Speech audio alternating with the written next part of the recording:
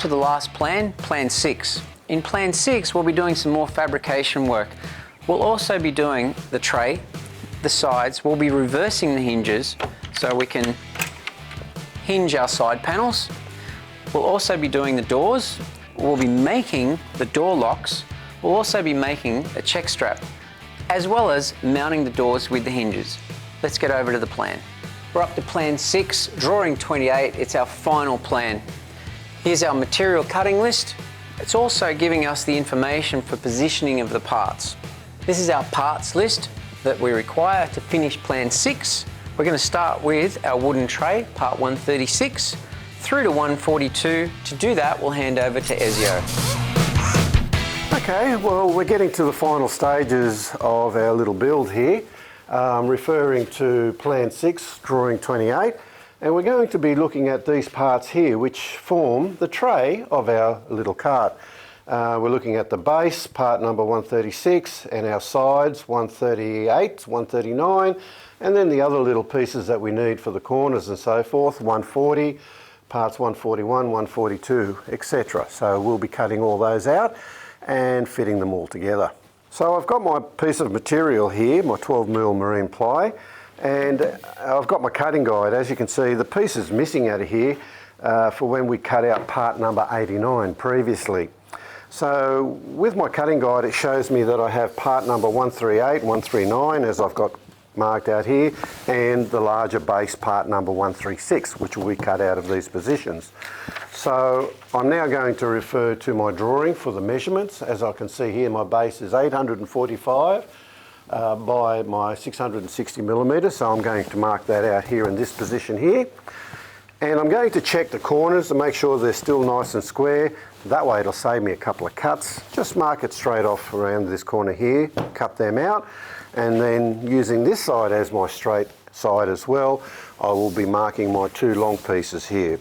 Now, for part number 138 and 139, so I need them at 845 by 125. Now, what I need to do is understand that I've got another piece at 126mm, and I'm going to allow a 10mm gap.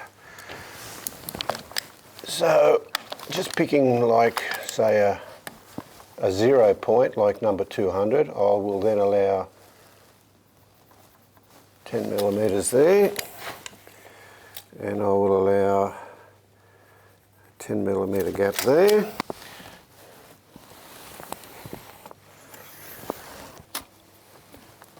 $125 is there. Now I've got my two sides marked out, and I have to look at the length of 845. Now I've got my three pieces marked out as per the cutting guide. I'm going to turn my attention of how to cut all these pieces out accurately. I can cut them by hand with a handsaw, or I can use a jigsaw, or a large panel saw if I've got that equipment available. So depending on what you have to decide the best way to cut this out. I'm going to use a track saw, as I've done previously, and it would be a little bit silly to cut these long pieces first and then have a tiny little offcut to cut at the end. It would be difficult to hold the track saw in place. So I'm going to cut along here first and cut my little pieces off whilst it's all in one large sheet. Then I'll cut my long pieces, and then I'll cut out my large base that I need. The same process now has to be repeated to do my next two cuts. Now, as you can see, I've repeated the process. I've double checked, triple checked, but I also need to look underneath.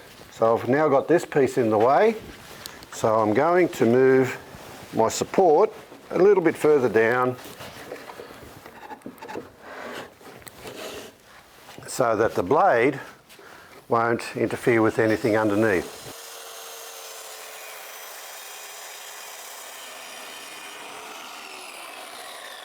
Now I'm going to turn my attention to cutting out the larger piece.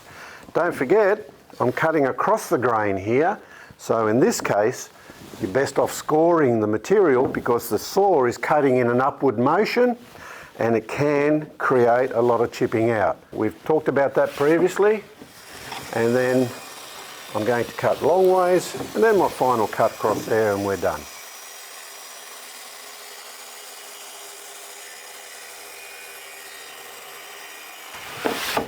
And as you can see, no breakout.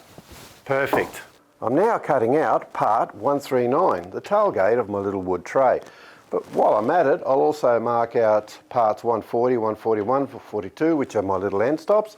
And then I'm going to also mark out my door stops, 162, 163.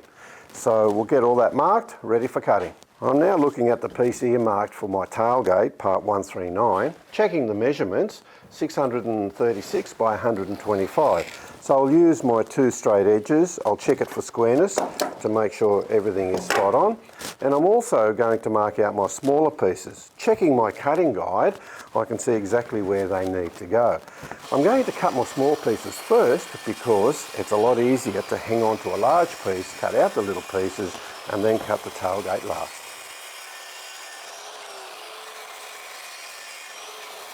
Now that my pieces have been cut to width, I'm now going to dock them off on the drop saw.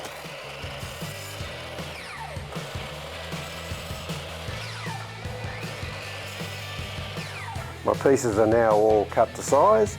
All I need to do now is just round the corners on parts 162. We've got all our pieces of timber back from Ezio now to do the tray. So we have to do some pre-assembly.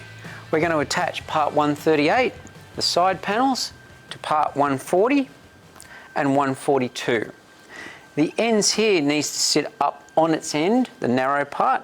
We'll also be using some 8G by 25mm long screws. We'll be attaching that from the outside in. On the end over here, we also need to offset 12mm and we'll be screwing through. So we'll be countersinking from this side, 8G by 20. Once both sides are done, then we can attach the base to the car. Part 142, we've got it standing up on its end. It's flush with the outside. We can then mark on the inside face. Once that's done, with our 8G by 25 screws, we'll be positioning 3 through this face. Part number 140 is the same, standing on its end, flush here. We're marking, then we'll be setting the end flush with our pencil mark and 2 8G by 20 screws. Just using a 4mm drill, so we've got a clearance hole for each of these holes. Just using a pair of small quick grips, make sure we've got this square. Then we can set it on the table, 2.5mm drill, just a pilot hole through each of them. 8G by 25mm long, we'll be attaching the two together. We've attached the front end or the cabin side. Now we're going to do the back or the tailgate section. So here we'll be using 8G by 20 screws, 2 of them. So pre-drill, countersink, and then we'll attach them. Guys, just a quick tip, don't forget, don't drill all the way through. We're only going partially through because our 8G by 20 screws shouldn't protrude through the other side.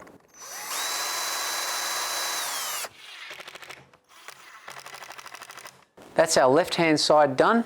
Now we'll make the right-hand side, which is the exact opposite of what we've just done. We've got our left and our right-hand side panels done. What we're going to do is build the tray with the sides and the tailgate as a unit and then put it on the car. But to do that, we've got our rear latches for the tailgate. We've also got our hinges. These are small gate hinges that we purchased from a hardware store. You can see here, both of these sides are countersunk. So what we've got to do is drive the pin out and reverse the hinge. That way, when it's in position, the tray, the countersunk bolt is flush there, and on the outside side panel, the countersunk bolt will also be flush. In the vise, I've positioned some jaws just with a rubber face, so we're not going to mark the plating on our hinge. So our pin is facing upwards, obviously. We'll then get a small pin punch and drive these through these sections. Now, you can see here the pin punch is not long enough to go all the way through. So what we do, when the pin is hanging below, we pinch it on the nose of the vice grip, right? And then we just work that down, pulling the pin out and separating the pieces. And we flip that Release it.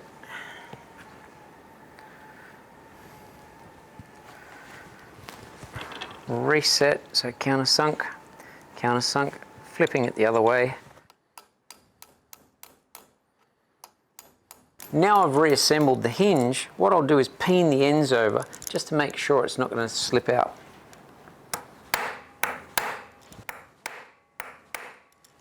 That's our hinges reversed.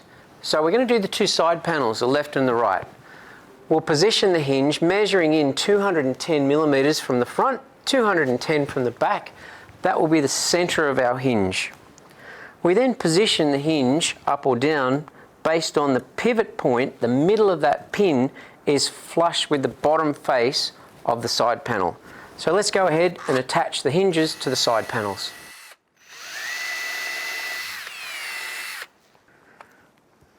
That's our two side panels done. We're up to our tailgate now. On our drawing, it's 160 mm in from each end. So same again, square, draw it, and we'll attach the hinges. Attaching our side panels to our base, what we've done is we've used some 17 mm form ply underneath the side panel just to elevate it, offset it. Then what we're doing is looking down from above. Where we're positioning the hinge is slightly offset to the base, so you can slip the ruler down there. That's in the correct position because it's up against the side cut of the base. Do the same with both, and then we can pre-drill and attach with our wood screws.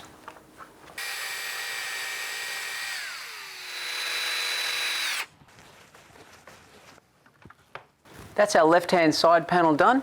We'll repeat the same process for the right and also the rear. Then we'll be attaching our latches. That's the left, the right and the back done.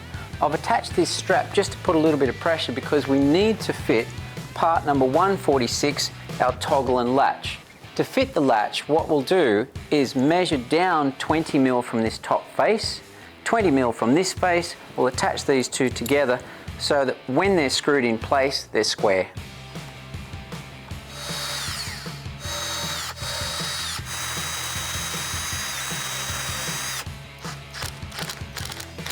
So I'm just going to do this very loosely initially, then trial fit, double check, adjust tension, and then re-tighten all these screws. I'm at the point now where we're literally just about to latch this. So you can see here we've got a little bit of interference. So what I'll have to do is just take a little bit off each end to allow clearance for our latch to go over the toggle and lock.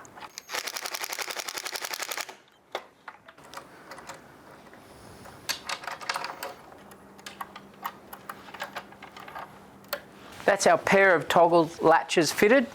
So when you adjust it, make sure it's not too loose and not too tight. It should just be a nice snug fit for both. So now we've finished that, we can fit it to the car. To attach the tray to the car, we'll be measuring from the kickboard back. On plan 6, we've got all the measurements, but we'll be attaching it to cross member 1, 3, and 4. There'll be 3 screws in each of those, so there's 9. So plan 6, drawing 28, we measure 34.5 millimeters back from our kickboard, then 447.5 millimeters, then we go 760.5 millimeters. From the outside, we measure in 50 millimeters on the left and the right. Then our previously marked center line, we'll be picking up that and we'll be using that point to also attach.